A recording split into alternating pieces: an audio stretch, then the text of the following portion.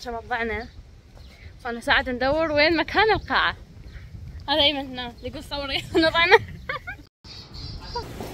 هاي وصلنا للقاعة، بعد شوي تبدأ المحاضرة. محترين صار نص ساعة نمشي. ضيعنا المكان بس هو لقينا. اي والله مأساة. الحمد لله بكم حلقة. كلنا يعجبنا اللي ندرس بأمريكا، بس شلون؟ أغلبنا ما نعرف. اليوم كنا بالجامعة الأمريكية وحضرنا ورشة كاملة عن شلون تدرس بأمريكا وكل الخطوات اللازمة، فأني وسيف علي راح نلخص لكم المحاضرة اللي أخذناها. مبدئيا تقدرون تدخلون على صفحة Education USA الويب سايت مالتهم او صفحه الفيسبوك، راح تلقون كل الريسورسز اللي تحتاجوها. اضافه الى انه امريكا بها اكثر من 4000 جامعه وكليه تقدرون تدرسون بيها. اكو جامعات مختصه بالنساء فقط، اكو هواي بنات ممكن يناسبهم هذا الموضوع. وايضا اكو بعض الانواع الثانيه للجامعات الموجوده، اكو جامعات حكوميه واكو جامعات اهليه، فاكو هواي فرايتي موجوده للكل، فانت تقدر تختار التخصص اللي يعجبك. وايضا راح نترك بعض الروابط اللي تم ذكرها بالمحاضرة نفسها. 5 خطوات أساسية تحتاجوها حتى تقدمون على منحة بأمريكا. أول شيء راح تبحث عن الخيارات المناسبة لك، للمعدل مالتك، المكان اللي تريد تدرس به. أكو هواي خيارات أنت راح تقدر تصفيها وتختار الشيء اللي يناسبك.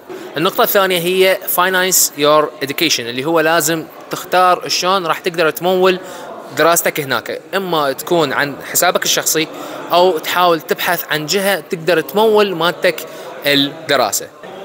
مثلا اغلب الدكاتره الجامعيين حصلوا على تمويل من الجامعه نفسها او من وزاره التعليم العالي، فهاي هم نقطه نقدر نقولها.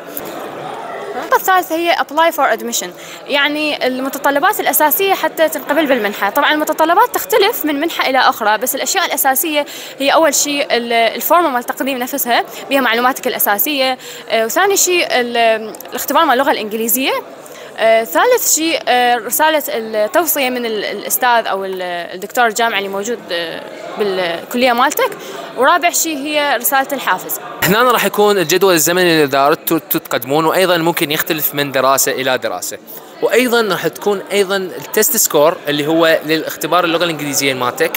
موجودة بعض الاختبارات المشتهرة عالميا اللي هي مثل تويفل وآيلتس، وأيضا ممكن اختبارات ثانية مثل SAT تقدرون ايضا تاخذوها. النقطة الرابعة اللي هي انه تاخذون الفيزا مالتكم، اكيد ان الفيزا لازم تاخذوها من السفارة نفسها، فراح تكون ايضا ممكن هي توفر لكم مقابلة حتى تقدرون تقبلون بشكل اسهل.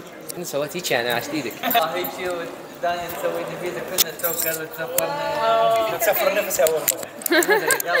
بس نقول مبروك طلعت لك المنحة وراح تسافر. الخطوة الخامسة هي prepare for your departure، يعني حتحضر نفسك للسفر والدراسة مالتك ومو تنسى نعود بنسافر.